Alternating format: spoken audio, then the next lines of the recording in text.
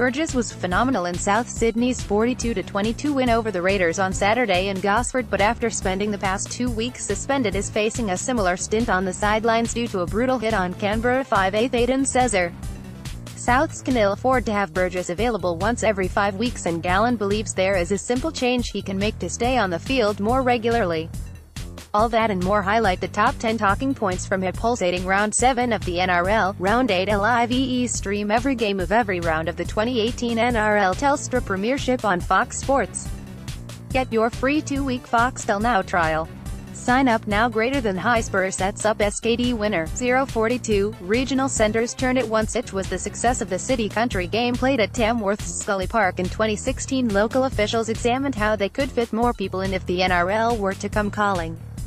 The result was more than 10,000 footy fans cramming in for an unforgettable afternoon that culminated with unlikely Newcastle heroes Jamie Burr and Sean Kenny-Dowell combining for a last-minute match winner against the West's Tigers. They were scenes to warm the heart of any rugby league purist when 10,000 fans crammed into Scully Park in Tamworth on Saturday. Photo, Dan Himbrecht. Source, earlier in the afternoon a sun-drenched Central Coast Stadium was decked head to toe in red and green, with smatterings of lime, as the Rabbitohs ran roughshod over the Raiders.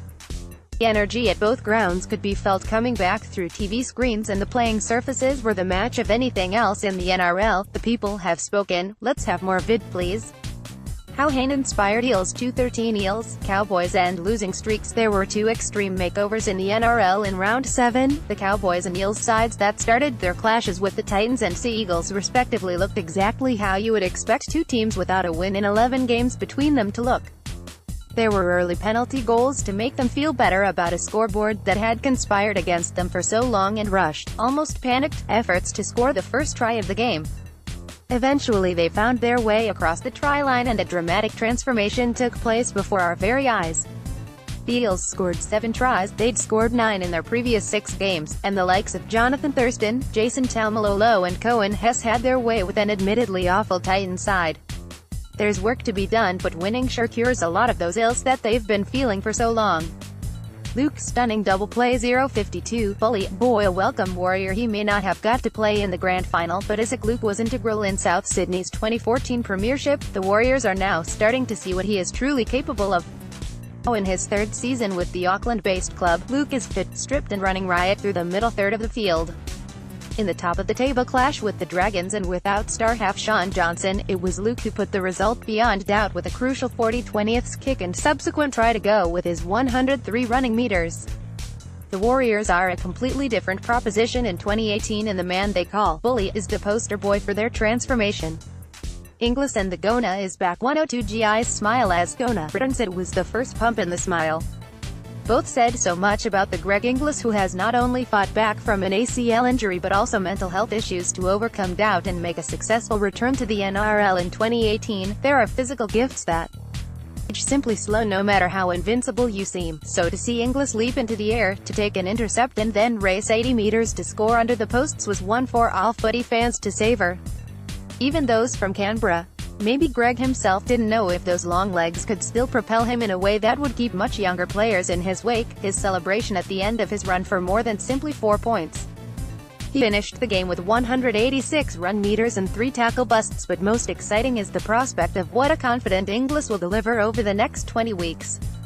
Lousy Burgess judiciary bus 147. Burgess earns the wrath of the MRC. Again, truth be told, Sam Burgess was lucky to stay on the field.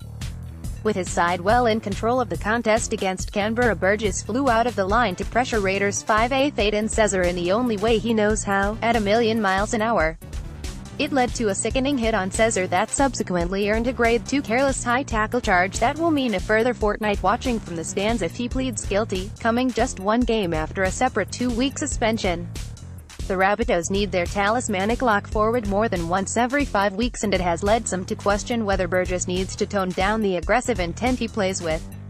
Sharks captain agrees that his aggression is what makes Burgess arguably the #1 forward in the NRL at present, but believes he can adjust his game without losing any of his impact. His aggression is what makes him the player that he is. Gallen told Channel 9, he doesn't have to change anything in his attack, but I think the way he approaches his defense, just worry about being a little bit more effective than being so violent against the opposition.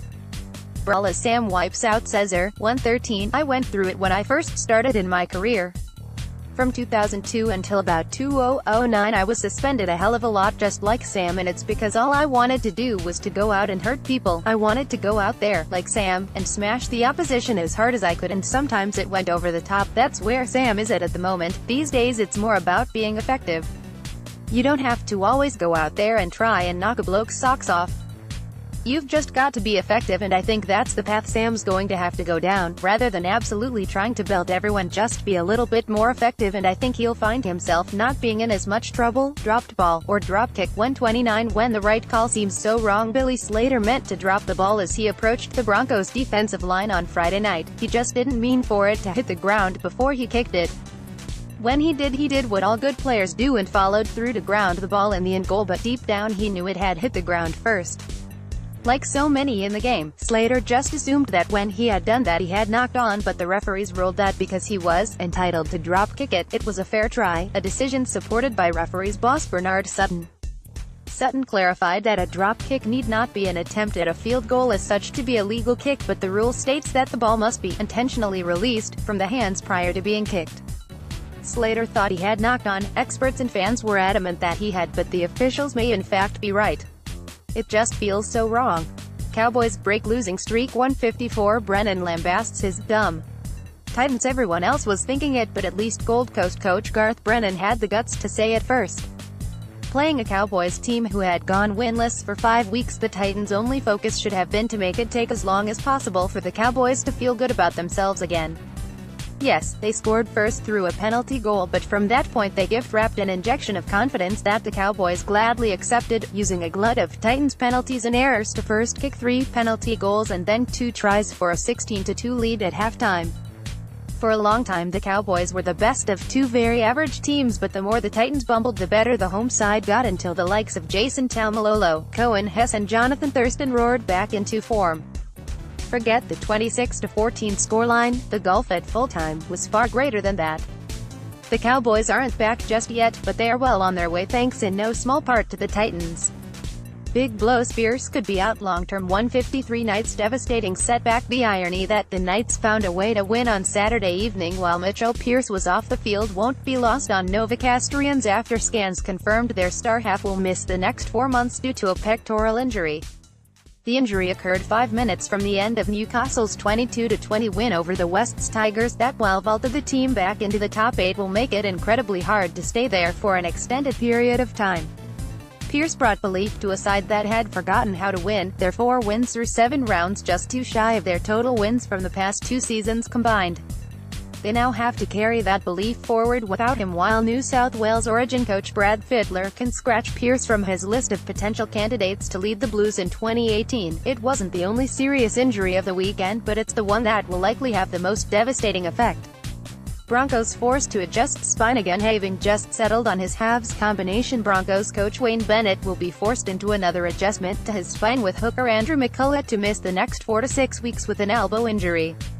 McCullough suffered damage to the medial ligament in his elbow when teammate Joe Offenhangau crashed into it while the pair made a tackle during the 34-20 loss to the Storm on Friday night. The simple solution will be to slot into post half Cody Nikorima into the number 9, but Bennett may also opt for former junior Kangaroo Troy Dargan and keep Nikorima on the bench for an impact role. The Broncos suffered in McCullough's absence when he ruptured his ACL last season, again due to friendly fire, and how they handle the next 6 weeks without him will be critical to their finals hopes. RCG run rattles. Paulo 0-28 hits just keep on coming, and undermanned Cronulla didn't simply try to contain the most ferocious forward pack in the competition, they raced out of the line to initiate the kind of contact that could fell on elephant. Every week in the NRL, the bravery of the players reaches new heights as they subject their bodies to earth-shattering collisions at both ends of the field.